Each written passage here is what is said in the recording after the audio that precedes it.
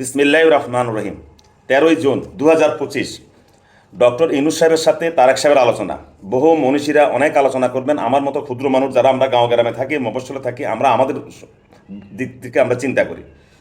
বিষয়টা হলো, আমি অনেক আগেই একটা ভিডিওতে বলছিলাম যে তারেক সাহেব এবং ডক্টর ইউনূস সাহেবের যে সাক্ষাৎ হবে, সাক্ষাতের পরে উভয়ের বডি ল্যাঙ্গুয়েজ বলে দেবে যে সামনে কি হবে। আজকে যেটা দেখলাম অত্যন্ত হৃদ্যতাপূর্ণ।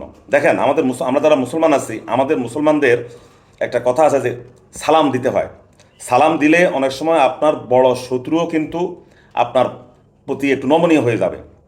আজকের সাক্ষাৎকারের প্রথমে দেখলাম তারেক সাহেব সালাম দিচ্ছেন ইউনূস সাহেবকে, ইউনূস সাহেব আবার সালাম দিলেন তারেক সাহেবকে, এবং তারেক সাহেব বেগম খালেদা জিয়া তার মায়ের কথা বললেন যে মা আপনাকে সালাম পৌঁছিয়েছেন। আবার ইউনূস সাহেবও বললেন যে হ্যাঁ, আমার সালাম ওনাকে পৌঁছে দেন। এই যে মুসলমানদের মধ্যে সালামের একটা প্রচলন যে আছে, এটা অনেক গুরুত্ব। আপনারা বিশ্বাস করবেন কিনা জানি না, যারা সত্যিকারভাবে এইসব আমলগুলো করে তারা বুঝে।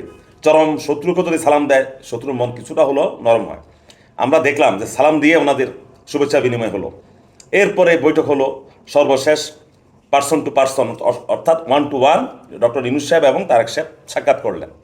সারা দেশবাসী আজকে অধীর আগ্রহে তাকিয়েছে লন্ডনের দিকে।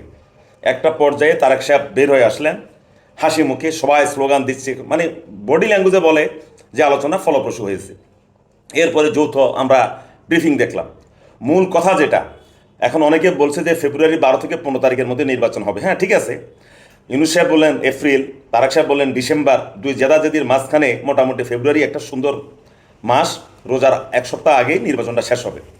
এখন বাংলাদেশে যারা বলতে চাইবে যে বিএনপি ভারতের ফাঁদে পা দিয়েছে, এই করেছে সেই করেছে, ভাই একটা কথা বলি, ভারত যদি যেটাকে ভালো বলবে আমরা সেটাকে খারাপ বলবো। আপনাদের সব কথার সাথে আমি একমত। এমনও তো হতে পারে যে ভারত মনে করেছে যে তারা যত দ্রুত বাংলাদেশে নির্বাচন চাইবে তত বাংলাদেশ নির্বাচনটা পিছিয়ে দেবে। এই সুযোগে ভারত আওয়ামী লীগকে এস্টাবলিশ করার চেষ্টা করবে, এমনও তবে হতে পারে। এখন কোন সময় কোন রাজনীতিবিদ বলে গেছে যে ভারত যা বলে তুমি তার উল্টাটা করবা। ভাই, রাজনীতির সময় সময় পরিবর্তন হয়ে যায়। ভারতে আজকে যদি বলে যে আজকে শুক্রবার, আমি যদি বলি যে না আজকে রোববার, ভাই এটা হবে না। শুক্রবার ভারতে চেষ্টা করবে কীভাবে আওয়ামী লীগকে এস্টাবলিশ করা যায়। আপনারা তো একটা জিনিস বুঝতে চান না যে বিএনপি টিএনপি জামাত এদের কাউরে ভাই বিশ্বাস করে না ভারতের একমাত্র বিশ্বাসের জায়গায় হলো আওয়ামী লীগ, এবং তার মধ্যে সবচেয়ে মানে ট্রাস্টেড ব্যক্তি হলো শেখ হাসিনা। ভারত কোনোদিনও ভাই বিএনপিকে পছন্দ করবে না, আপনার এটা বুঝতে হবে। যাই হোক, যে কথা বলছিলাম, এখন আবার দেখা যাবে যে অনেকে অনেক রকম মন্তব্য করবে, আমাদের সংস্কার চাই, আমাদের এই চাই। ভাই, জোড়হাতে বলি, সংস্কার কোরআনের আয়াত না, সংস্কার সদা পরিবর্তনশীল। আজকের এই 13ই জুন বাংলাদেশে ধরেন একটা ঘটনা ঘটেছে, এই ঘটনার পরিপ্রেক্ষিতে সরকার একটা আইন করলো। দেখা গেল যে এক সপ্তাহ পর আর এই আইনটার কার্যকারিতা নাই, তখন আবার আরেকটা আইন করতে হয়। সংস্কার এমন একটা বিষয়, এটা চলমান প্রক্রিয়া। সংস্কার আজকে আপনি এখন বাংলাদেশের ফরেন পলিসি, অর্থনৈতিক পলিসি, রাজনৈতিক পলিসি অত আপনি গ্রহণ করেছেন বিদেশের সাথে, কিভাবে হবে? দেখা গেল 1 মাস পরও আপনাকে এটা পরিবর্তন করতে হতে। কারণ এটা সংস্কার হলো সব, সংস্কারটা মানে কি, যে সব সময় যুগের সাথে আপডেট যেটা বজায় রেখে চলা।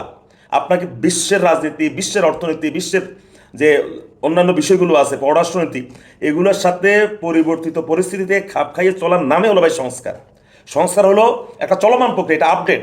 সব সংস্কার মানে আপডেট। এই মুহূর্তে কী চায়, এই মুহূর্তে সমাজ কী চায়, এই মুহূর্তে কী চায়, এটাই হলো ভাই সংস্কার। তো বিএনপি বললো যে জুলাই সনদ এবং সংস্কার এসব নিয়ে কথা বলেছে। এখন যারা এখনও 5-10 বছরের জন্য ডক্টর ইউনূস সাহেবকে চান, শুনে একটা কথা বলি, আমিও চাই। এখন প্রশ্ন হলো ভাই, ডক্টর ইউনূসকে আপনি 5-10 বছর চান, এই ভদ্রলোককে আমিও চাই, কিন্তু আপনারা কি বুঝেন আওয়ামী লীগের মতন একটা গুন্ডা পার্টি, এত সন্ত্রাসী দল, ফ্যাসিস্ট দল, এদের কিন্তু ভাই একটা ভোট ব্যাংক আছে, আপনাকে বুঝতে হবে। এদের একটা ভোট ব্যাংক আছে, আপনি অস্বীকার করার উপায় নেই ভাই। আমরা যত দেরি করব ওরা সংগঠিত হওয়ার চেষ্টা করবে, আমরা যত সংগঠিত হব ওরাও সংগঠিত হওয়ার চেষ্টা করবে। আপনি ভোট যত পিছাই নেবেন ওদের জন্য সুবিধা হবে। কারণ আওয়ামী লীগ যদি এখন ভোট ধরেন, এখন আওয়ামী লীগ নিষিদ্ধ না, আওয়ামী লীগ কিন্তু যদি ভোট করে ডক্টর ইউনূসকে অন্তর্বর্তী সরকারের প্রধান মেনেই ভোট করতে হবে। এটা আওয়ামী লীগ তো ভালো বুঝে, কারণ পুরানা দল।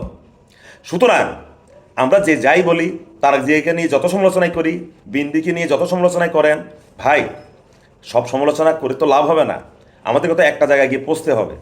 আমাদের সবারই উচিত এই মুহূর্তে একটা গ্রহণযোগ্য নির্বাচনের জন্য প্রস্তুতি নেওয়া, এবং তারেক সাহেবের সাথে ইউনূস সাহেবের সাথে যে দূরত্ব সৃষ্টি হয়েছে সেটা আজকে গুছে গেছে, এটাকে ধরেই আমরা যদি এগিয়ে যাই তাহলে আমাদের মনে রাখতে হবে আমাদের দেশ এবং জাতির জন্য মঙ্গল।